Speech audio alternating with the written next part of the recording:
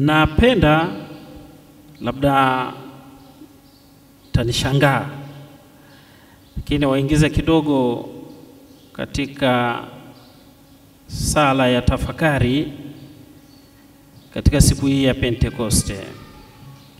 Tunafahamu mapaji ya Roho Mtakatifu yako mangapi?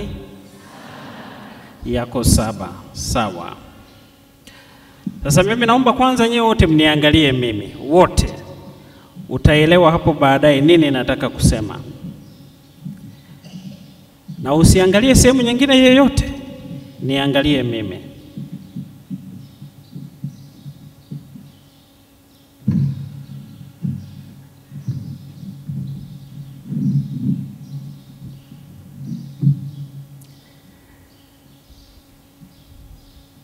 Ukiwa unaendelea kuniangalia, tuyataje kwa pamoja hayo mapaji 7 ya Roho Mtakatifu.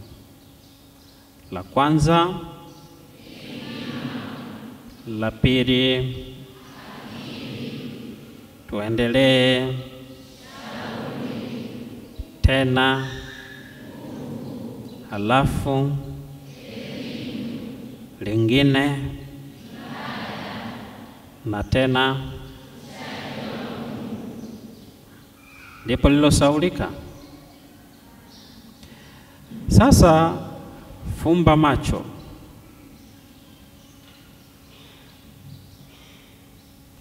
Yakumbuke mwenyewe hayo mapaji 7 ya Roho Mtakatifu.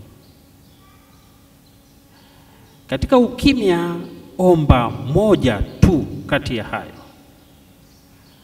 Ukiwa umefumba macho na litafakari hilo moja unalolihitaji.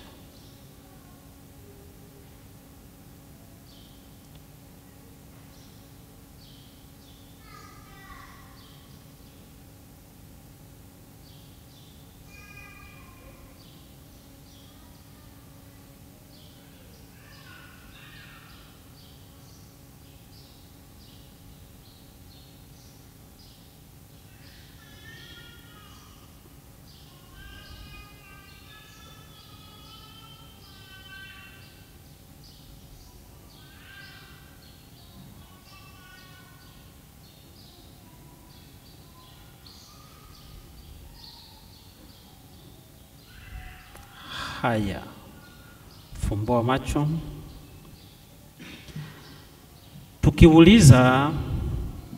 Nikiuliza, ukimchagua mtu yoyote uulize kuwa baada ya hilo zoezi fupi, ile zoezi linapaswa liwe la muda mrefu usiopungua nusu saa, lakini hatuna muda huo. Lakini kwa muda huu mfupi, mtu katika hilo moja ameshakuwa na mambo mengi sana ya kumuomba Roho Mtakatifu. Uongo au ni kweli? Kwa kweli Roho Mtakatifu ni zawadi ya pekee sana. Roho Mtakatifu ni zawadi ya pekee sana ambayo tumeipokea kutoka kwa Mungu katika siku hii ya Pentekoste. Pentekoste ni siku 50 baada ya kufufuka kwake Bwana wetu Yesu Kristo. Ni sherehe